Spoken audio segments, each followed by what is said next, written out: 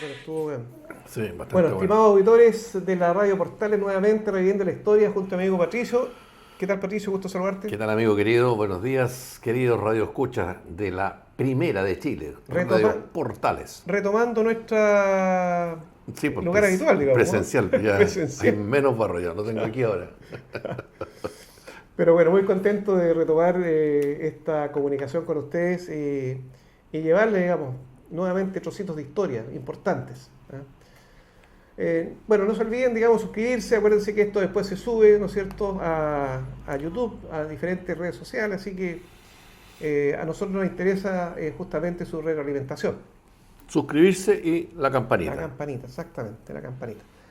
Disculpa, con eso ustedes van a recibir automáticamente en sus pantallas los futuros programas que nosotros vamos a hacer. Así que es importante tanto para ustedes como para nosotros. Claro, Para suscribirse. ustedes, claro, para ustedes, para la facilidad que van a tener, y para nosotros, porque mientras más suscripciones hay, mejor considerado el programa. Entonces Sí. también nos hacen un favor a nosotros. Nos dan más vida. Exactamente. Exactamente. Que no es propaganda de FP, ni la ISAPRE. Exactamente.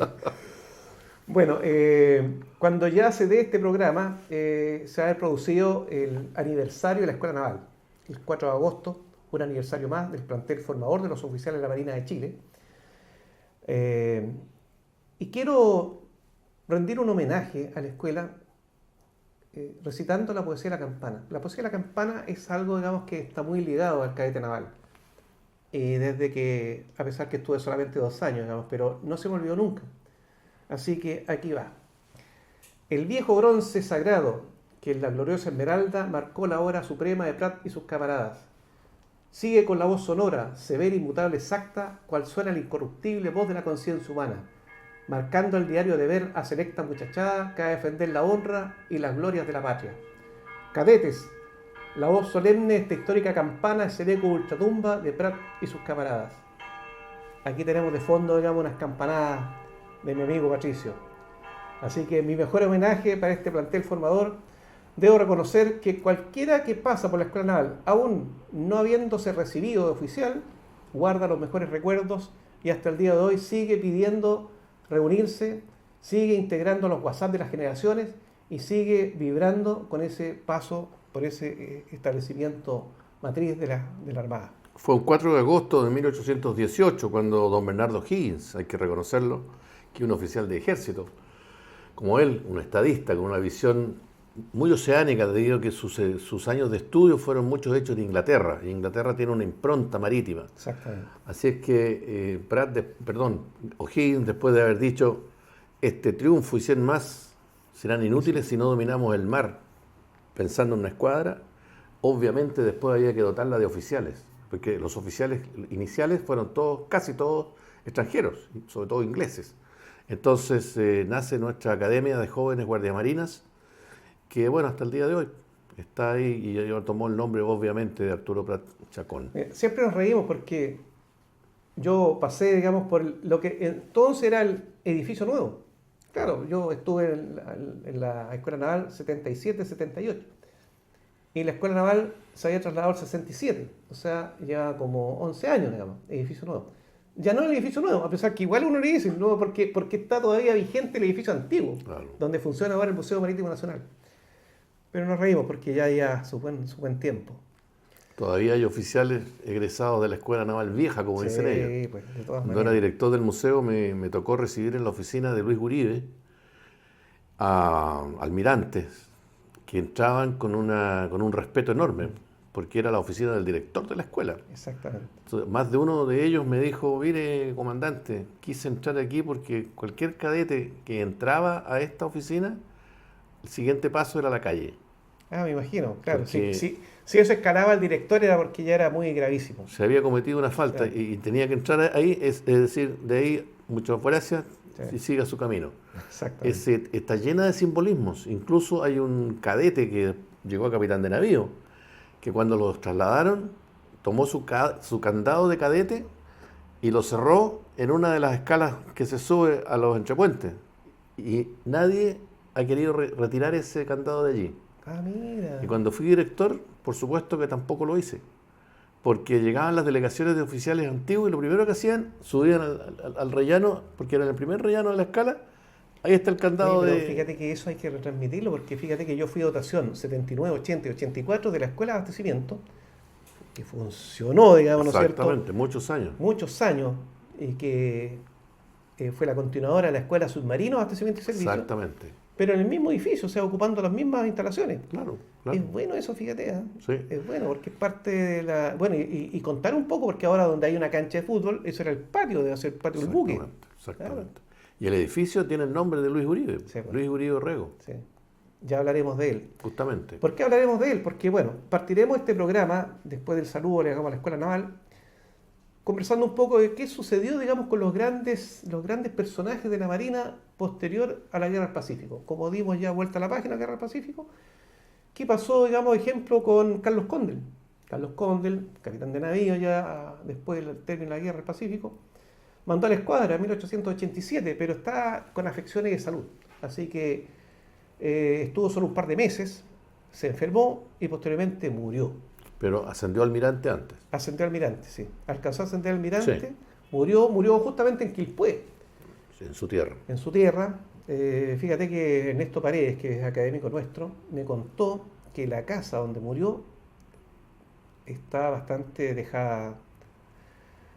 Hubo una placa que se colocó, la placa la robaron, así que vamos a tratar con Ernesto, a ver si podemos interceder, fíjate, ante la municipalidad, algo hacer, rescatar un poco la casa, porque la casa, si se vende, se va a echar abajo, se va a construir un edificio, cualquier cosa se va a hacer ahí. Claro, podría ser sitio histórico. Sí, sí, hay que hacer algo, Sí, hay que hacer bueno, algo. pondremos manos a la obra. Fíjate que, Bueno, bueno, el caso de, a todo esto, disculpa, Carlos Condel fallece y es el primero que ingresa a la cripta. le llaman Claro, el primer inquilino y el festejo fue muy grande, me imagino. porque era el primer héroe de la guerra de la guerra del Pacífico y específicamente del 21 de mayo que moría públicamente. Porque Entiendo habían que fue al otros- año siguiente de la inauguración, que entiendo que la inauguración fue en 1886. Correcto, claro. Hay muchas fotos de eso, ¿ah? Es bien interesante cómo el pueblo reconoce a sus héroes. Y después va a venir la llegada en 1888, Claro, la llegada de los restos de Prat, de Serrano Serrano y y Aldea, Aldea. que justamente los va a buscar Luis Uribe ya almirante. sí. Y nombra a su segundo comandante a otro oficial que peleó con él, que combatió con él en Iquique, que es en ese momento ya yo creo que era capitán de navío, Francisco Sánchez Alvaradejo. Alvaradejo, mira. Él va de ayudante de Luis Uribe y llegan a Iquique y exhuman los cadáveres. Ahí cobra mucha importancia la sábana donde estaba envuelto el cadáver de Prat con las iniciales EWL de Eduardo Llanos y se lo traen de vuelta. Ahí sí que fue apoteósico. Me imagino. Eso fue apoteósico, Bueno, impresionante. retengamos el nombre Luis Uribe, ¿ah? Porque, a ver, Galvarino Rivero, que fue otro destacado, digamos, en la Guerra del Pacífico, sobre todo en la batalla de Angamo, él se retiró y después prácticamente no tuvo mayor figuración. Y bueno, se le venera bastante, digamos, en Curaco Vélez, allá al archipiélago de Chiloé. Ahí, Su cuerpo está allá, ¿o su no? cuerpo está allá. Sí, pues, Sí. no han querido, Ah. no han querido trasladarlo a la cripta de los héroes. Y esa es una de las cosas que el almirante Martínez manifestó que había que respetar, Sí. que no se podía obligar a las comunidades a entregarse los restos porque acá estaba todos los honores y todo. Así es que el almirante Rivero se mantiene en su tierra. Estoy haciendo las gestiones, fíjate, para que, ya sea como Academia Historia o como Corporación Patrimonio Marítimo, vayamos a la zona de Curaco Vélez. Tengo un compañero curso que está viviendo allá, para poder hacer algo más. Hacer Bien. algo más, Bien. destacar un poco más la figura, digamos, de Uribe allá, o sea, de Uribe, perdón, de Riveros. Riveros. Y ahí, fíjate que hay una casa que fue destinada, digamos, como museo, pero que lamentablemente no prosperó. Muchas cosas se retiraron después porque quedaron Sin custodia. sin custodia, exactamente. Así que, pero bueno, Galvarino Rivero, digamos, es un personaje. Ahora, otro personaje, digamos, también importante, el almirante Latorre, Juan José Latorre, digamos, que también participó comandando el Blanco, digamos, en el combate de Angamo. Y él fue destinado en comisión a Francia para supervigilar la construcción, digamos, los cruceros Pinto y Razoy. Y cuando se declara, digamos, la guerra civil del 91, él se inclina, digamos, justamente a favor de Balmaceda. Eso le significa, digamos, ser llamado a retiro y prácticamente pierde figuración hasta que es reintegrado nuevamente producto de las leyes de amnistía, digamos, que decretó Jorge Montt. Pero después deja la vía naval y se inicia la carrera política. Es senador en 2 periodos, digamos, y tiene bastante figuración por ese lado. Hay algo que quiero mencionar del almirante Latorre. Él era masón. Y esto, de pronto, en algunas publicaciones se hace ver como contrario a la Iglesia Católica u otro tipo de cosas negativas. Efectivamente, él llegó a un grado de gran maestro. O sea, estuvo en la masonería como varios otros. Pero esa masonería no es la equivalente a lo que es la masonería hoy día. Sí. Era una masonería con otra mentalidad. Sí. Era una corriente de pensamiento atea, muy liberal, pero que no tenía las conexiones políticas que va a tener después la masonería. Entonces, en ese tiempo no era tan peyorativo el ser masón. Posteriormente la masonería va a cobrar una importancia muy fuerte y va a tener mucha influencia en los gobiernos sucesivos siglos XIX y XX. Voy a aprovechar de hacer una corrección. La verdad que Latorre mandó el Cochrane, Galvarino Rivero mandó el blanco, en el combate de Angamo. Perfecto. Entonces, el que más de las figuras, digamos, descollantes de la Guerra del Pacífico, entre los que llegaron a grados superiores, vamos a retomar, digamos, la figura de Luis Uribe. Porque Luis Uribe, ya en el año 1885, decide, vio la necesidad de poder buscar un lugar donde poder profundizar los avances científicos, discutir, digamos, los trabajos profesionales y además cultivar las tradiciones marineras, tradiciones navales. Entonces crea lo que se llamó el Círculo Naval. Esto fue el 5 de abril de 1885. Una vez creado ese círculo naval, como lo podemos apreciar allí, es el edificio antiguo, digamos, que fue afectado después por el terremoto de 1906. A los pocos meses él ve que necesita un canal distinto para poder transmitir todo lo que era conocimiento profesional, científico, y crea la Revista Marina. La crea el 1 de julio de 1885. La Revista Marina y el Círculo Naval, que ahora subsiste como Club Naval, son 2 instituciones que persisten hasta el día de hoy. Hasta el día de hoy. Y van a seguir mucho tiempo más. Y mucho tiempo más. Y en 9 años más van a cumplir 150 años. Nada menos. O sea, es bueno pensar, fíjate, porque el tiempo se va muy rápido, en ir ya estableciendo una hoja de ruta conforme, digamos, a destacar ese hito histórico. En 1917, Ivo, colócate la otra, se traslada a ese edificio, que es el actual edificio. Un edificio ya que traspasó los 100 años, donde sigue funcionando y donde es, a mi juicio, fíjate, el edificio cultural y social más importante que tiene Valparaíso. Después viene el Club Alemán. Club Alemán y el Club de Viña. Exacto. Yo creo que entre esos 3, digamos, se concentran la actividad social, cultural, artística. Hay que pensar, digamos, que el Club Naval, para los que lo conocen, es una verdadera muestra pictórica. Tesoro. Un tesoro. Y tiene cuadros, digamos, originales de Casanova Centeno, de Sommercase. Exactamente. Esto que viene ahí en las puertas es la herencia que le quedó al Club Naval del estallido. Porque por aquí pasaban las hordas y nunca intentaron invadirlo, destruirlo, quemarlo. Sí rayarlo. Entonces se pusieron todas esas planchas y esta puerta fue clausurada. En ese lugar de allí se colocó una placa que después está retirada y guardada, que indica que en este lugar vivió don Arturo Prat Chacón con su señora Carmela, en una construcción de 2 pisos solamente, en una construcción muy modesta. Y en esta parte de aquí, los carpinteros y obreros colocaban un arco para rendirle honores a Prat, y ahí lograban que doña Carmelita se asomara por un momento raro, corto, breve, y aceptara los saludos, pero ella hasta ahí llegaba en su festejo. El 21 de mayo se acababa con eso. Eso es lo que nosotros podemos recordar de Y acá este al frente estaba maravilloso... la iglesia. Acá al frente, en la iglesia donde se casaron. Aquí Claro. estaba la iglesia del Espíritu Santo. Y como estaba tan cerquita, los amigos cuando salió el matrimonio le habían puesto una alfombra roja desde la puerta de la iglesia hasta la su puerta casa. de su casa. Fue algo muy hermoso ese homenaje que le hicieron sus amigos al Nobel matrimonio. Este es un edificio precioso. Hay una publicación de uno de los miembros de número de nuestra academia, Sí, Vicente Vicente Mesina, Mesina.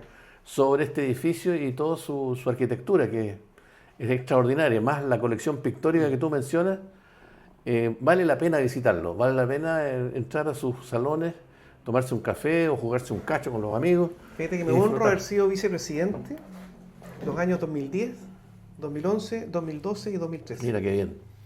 Bueno, ahora el presidente es un almirante de abastecimiento, el almirante Olea, Gerente. gerente. Gerente. Así que un saludo para nuestro almirante Olea ahí, que lo Sí. está haciendo muy bien. Habilitó una terraza en el piso superior Sí. con una vista citadina muy interesante, teniendo de fondo el mar y luego Viña del Mar. Felicitaciones, almirante Olea. Se nota lo que está haciendo por este lindo Sí. lugar para nosotros, los oficiales. Bueno, continuando, digamos, Luis Uribe escribió muchas obras, interesantes obras, pero quizás la más relevante es nuestra Marina Militar. Exactamente. Esa es realmente una joya. Y tú tienes una Sí, sorpresa. sí. Lamentablemente, en este momento no la puedo mostrar, pero yo creo que en algún momento la voy a traer. Tengo un ejemplar de la primera edición del libro Nuestra Marina Militar de Luis Uribe Orrego. Aquí lo vemos ya en el grado de vicealmirante. Almirante, claro. Es una de las joyitas que tengo guardada en mi casa, que forma parte de una colección que la he armado al correr de los años, no tenía la intención, pero se ha ido armando por el interés que he tenido desde hace ya, no sé, 40 años. Se van juntando los años y se va viendo el resultado del interés histórico. Fíjate que el bisnieto, que fue médico naval, don Carlos Venegas Uribe, Ah, sí, bueno. él escribió un libro Buen amigo. con la biografía, digamos, de su bisabuelo. ¿Y por qué? Porque resulta que cuando él, como doctor, atendía a sus pacientes, siempre le preguntaba, ¿usted dónde vive? La calle Carlos Conde. ¿Quién fue Carlos Conde? No, no sé. Entonces cuando preguntaba le decían Luis Uribe, que le tocaba, digamos, porque era familiar, tampoco sabía, dijo, no, no puede ser, voy a comenzar a escribir. Y como tenía todavía viva su abuela, comenzó a preguntarle a su abuela qué tenía, ¿no es cierto?, de su papá, qué sé yo, y comenzó, digamos, a juntar harta información y sacó un libro súper entretenido que me pidió que lo presentara. Así que me tocó presentarlo, lo leí detenidamente, muy interesante. Y ahí, bueno, aquilaté, digamos, la tremenda obra, digamos, de Luis Uribe.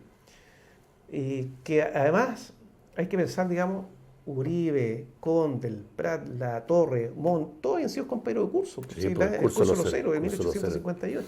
Otro gesto muy importante que hizo don Luis Uribe Orrego fue auxiliar a doña Carmela.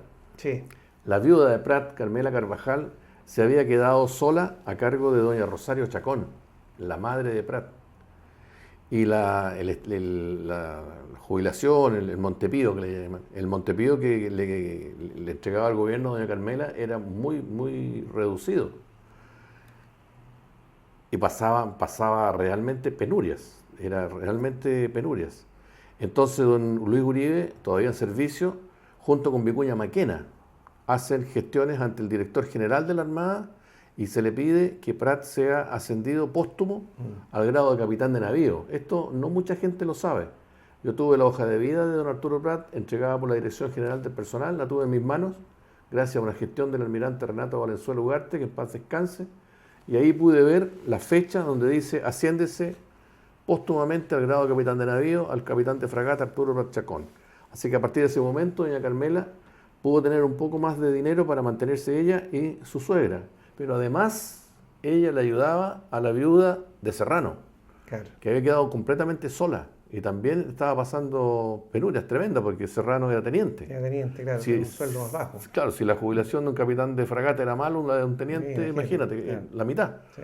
Así es que muchas veces se habla del pago de Chile con mucha tristeza, pero afortunadamente Luis Uribe tuvo ese gesto de grandeza de preocuparse de su amigo, semi-primo, camarada, jefe, compañero de buenas y malas por ahí, malas en cuanto a chanzas y cosas que hicieron siendo chicos en la escuela naval y desde antes, porque ellos vivían muy cerca y pasaron muchos años juntos. De hecho, ingresan a la escuela naval al mismo tiempo. Así es que hasta avanzada edad, don Luis Uribe, preocupado de su gran amigo don Arturo Prat. Fíjate que cuando se produce el inicio de la guerra civil del 91, él no se pliega al bando congresista. Eh, y prácticamente no participa, digamos. No obstante, una vez finalizada la guerra, le pide, digamos, Montt que asuma como intendente del Paraíso y después lo designa director, el primer director del edificio que estuvimos conversando, ¿no es cierto?, donde está el Museo Marítimo Nacional ahora, la Blanca Casona, el edificio de la Escuela Naval. Y él es director a contar de 1892, por un par de años allá, y da inicio, digamos, al funcionamiento de este gran edificio, porque la verdad es que hace tiempo que andaban buscando dónde concentrar la formación de los oficiales en un solo lugar. Esto que pasaban a buque, pasaban después a tierra, qué sé yo, eso no se veía bien. Mucho tiempo, acuérdense que el primer año lo hacían en la escuela militar y después lo hacían, digamos, en la Armada. Y el edificio lleva su nombre. Y el edificio lleva su nombre. Claro. Y se construye al costado del edificio una casa para el director que él la ocupa y que está todavía ahí. Y todavía la ocupa el director de la Escuela Naval. Y otra casa para el subdirector. Sí. La idea era que tanto el director como el subdirector durmieran al lado de los cadetes.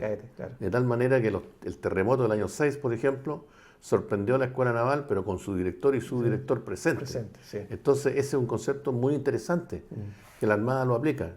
Y esto no era común que todas las entidades educativas, sus directores durmieran al lado de la instalación. En cambio, la Armada, la Escuela Naval, estaba bajo en la protección y las decisiones, y etcétera, de sus directores y subdirectores. ¿Te fijas? Entonces, muy importante. La Escuela Naval Nueva lo repite. La Escuela Naval Nueva tiene casas para los oficiales, casa para el director, qué sé yo. No siempre ha sido usada por el director la casa. Decisión de cada uno. Claro, lo que pasa es pero que está. La casa es una casa, digamos, tan emblemática, por eso no se ha querido trasladar al director, digamos, al mismo lugar en Playa Ancha. Claro. En todo caso, están a minutos. Claro, está a minutos, pero sí es el director y todo el resto del plantel, digamos, Claro. de profesores. Bueno, mira, llega 1886, ¿no es cierto? Se produce el cambio de gobierno, Domingo Santa María le entrega el mando, digamos, a José Manuel Balmaceda. Y José Manuel Balmaceda comienza, fíjate, una serie de transformaciones. Ya habíamos dicho, digamos, mucho de infraestructura, de conectividad, de obras públicas, pero en lo que se refiere a la Marina misma, fíjate que hay varias cosas que señalar. Quiero decir, digamos, que lo primero, en septiembre de 1888, destina al transporte Angamos con Policarpo Toro a la anexión de la isla de Pascua. Exactamente. Algo tremendamente importante, digamos, porque fíjate que eso le da, digamos, una connotación tremenda geopolíticamente al país. Exacto. Y bueno, Policarpo Toro ya había ido antes, fíjate, cuando se producían, digamos, algunos viajes de instrucción, qué sé yo, y desplazamiento, él había visitado la isla. Y además había informado al gobierno del peligro de que si no lo hacía, esto es lo mismo bueno que la toma de posesión del Estrecho de Magallanes. Los franceses estaban tremendamente interesados en abarcar, digamos, un control mayor de la Polinesia. Claro. Incluso hubo conversaciones para anexar también la isla que está más al este, que es Pitcairn. Ya, mira. Y eso el gobierno no aceptó. Pero era otro hito más, profundizando la cuña dentro de la Polinesia. Claro. Ahora, si nosotros mostramos, bueno, fíjate que ahí tenemos el Chile tricontinental. Exactamente. Este es un concepto, digamos, que el comandante Jefe Armada, una versión del mes del mar, lo utilizó mucho. Porque efectivamente, Chile tiene presencia en Sudamérica, en la Polinesia con la isla de Pascua y en la Antártica. Entonces forma el triángulo que tú aprecias ahí. A1, A2, A3. Entonces todo este mar que está aquí es un mar especial para Chile. No es patrimonial. No, acuérdate es que una zona de influencia. El almirante Martínez lo llamó mar presencial. Exacto, mar presencial. Claro. El almirante Martínez remeció las conciencias de todos los países ribereños del Océano Pacífico y Atlántico. y su tesis fue firmada en un tratado internacional por todos los países ribereños, excepto las grandes potencias, Estados Unidos, las grandes potencias, China, Japón. ¿Por qué? Porque ellos pescan en todo el océano. Claro, claro. Entonces ellos no querían ver reducido su espacio de pesca, Claro. pero hasta el día de hoy está aceptado, la firma de Santiago se llama. Y hay muchos países. Este almirante de este pequeñito país remeció la conciencia del mundo. El alcance del almirante es impresionante. Y fíjate que la palabra océano política, el almirante Martínez no la había concebido. Y cuando tuvo que hacer la presentación de su tesis sobre este pensamiento, trabajó hasta altas horas de la noche. Y esto me lo contó su viuda, Ah, sí. la señora Carmen Martínez, que en un momento... Él andaba buscando un nombre. Claro, entonces le preguntó a ella, le dijo, esto es geopolítica, pero esta no es referida a la Tierra. Y ella lo mira y con una tranquilidad enorme le dice, entonces ponle océano política, pues, claro. Jorge. Se te refería al océano. Y el almirante dijo, tienes toda la razón. ¿No? Y ahí apareció y acuñó el concepto de océano política que no existía en el mundo. No existía en el mundo, Y hoy exactamente. día se habla de océano política en muchas partes del mundo. Incluso don Walter Groman, otro pensador del mar, hablaba de maritorio. En lugar de territorio, él hablaba de maritorio. Entonces venía todo un lenguaje detrás que yo siento que se ha ido quedando un poco, pero en este último discurso, como tú bien mencionas, el comandante en jefe de la Armada ha vuelto a remarcar este concepto de mar presencial, zona económica exclusiva, mar territorial, toda una serie de conceptos que no existían, fíjate. Sí. Muy importante, porque Muy importante. acuérdense de nuestro himno nacional, ¿no? Ese mar que tranquilo te baña, te promete un futuro esplendor, la riqueza que tiene. Mira, otros hitos referidos a la Armada durante la administración de Balmaceda. Él recupera la corbeta Aptao y comienzan viajes de instrucción. Correcto. En 1889. En 1889, el 3 de julio, crea la Escuela de Mecánicos, que ya lo dijimos cuando saludamos a la especialidad de Ingeniería Naval, porque es el hito que utiliza la especialidad de Ingeniería para sostener que en ese momento comienza la profesionalización, digamos, de su especialidad. Y el 3 de abril de 1889, fíjate, cumpliéndose el aniversario del nacimiento de Prat, 3 de abril. ¿qué es lo que? Saca un decreto y dicta que todos los buques llevarán el lema vencer o morir. Ah, ahí, en 1800. 89. Desde 1889 hasta el día de hoy. Sí. Porque anteriormente era Gloria y Victoria, que era el lema que había instalado Cochrane. Cochrane, exactamente. Pero a partir de ahí, claro, en honor a Prat y a todos los que siguieron su ejemplo, como Ignacio Carrera. Claro, ¿Te exactamente. fijas? Vencer o morir. Fíjate que la visión que tuvo sobre la Marina la refrenda, digamos, en algunas palabras que él señala, digamos. Dice que el porvenir de Chile está en el mar. Eso lo dijo claramente en varias oportunidades. Dice, el país necesita una fuerza naval poderosa para mantener su puesto de honor en el Pacífico. O sea, Ahora, yo creo que la figura de Balmaceda, digamos, a raíz de la guerra civil, quedó un poco dañada, sí. pero por todo lo que yo he leído y por todo lo que creo, digamos, en mi interior, pienso que tiene que ser reivindicada. Lo que pasa es que los vencedores creen en la historia. Ya sé, po. Entonces, claro, venció los partidarios del Congreso. Entonces, pero no borra, fíjate, no borra. Es que no pueden borrarlo todo. Hay cosas que son O sea, tan evidentes. hay cosas concretas, fíjate Claro. que, además, mira, 15 de diciembre de 1890, colocación de la primera piedra del dique seco en Talcahuano. Imborrable. Imborrable. Claro. O sea, el apostadero naval de Talcahuano, ¿qué sería? Digamos, eso dio, digamos, un crecimiento tremendo. Así que, bueno, la verdad que nos preparamos, digamos, para hablar mucho más. Claro. Vamos a tener que seguir, digamos, la próxima semana. Pero bueno, la figura de Balmaceda, ya vamos a, la próxima semana, digamos, a dar. Yo pensé que íbamos a alcanzar a hablar algo de la guerra civil, pero bueno, no importa. Dejaremos, digamos, para conversar la próxima semana, pero los dejamos nuevamente invitados, digamos, a seguirnos. Nosotros lo único que queremos compartir con ustedes cosas que nosotros mismos incluso, que sabemos a veces superficialmente, cuando partimos preparando todos estos programas nos damos cuenta cuántas otras cosas más hay. Claro, muchas más. Y que es conveniente conversarlas, participar. Así que, bueno, muchas gracias, digamos, por la atención y nos veremos la próxima semana. Adiós. Adiós.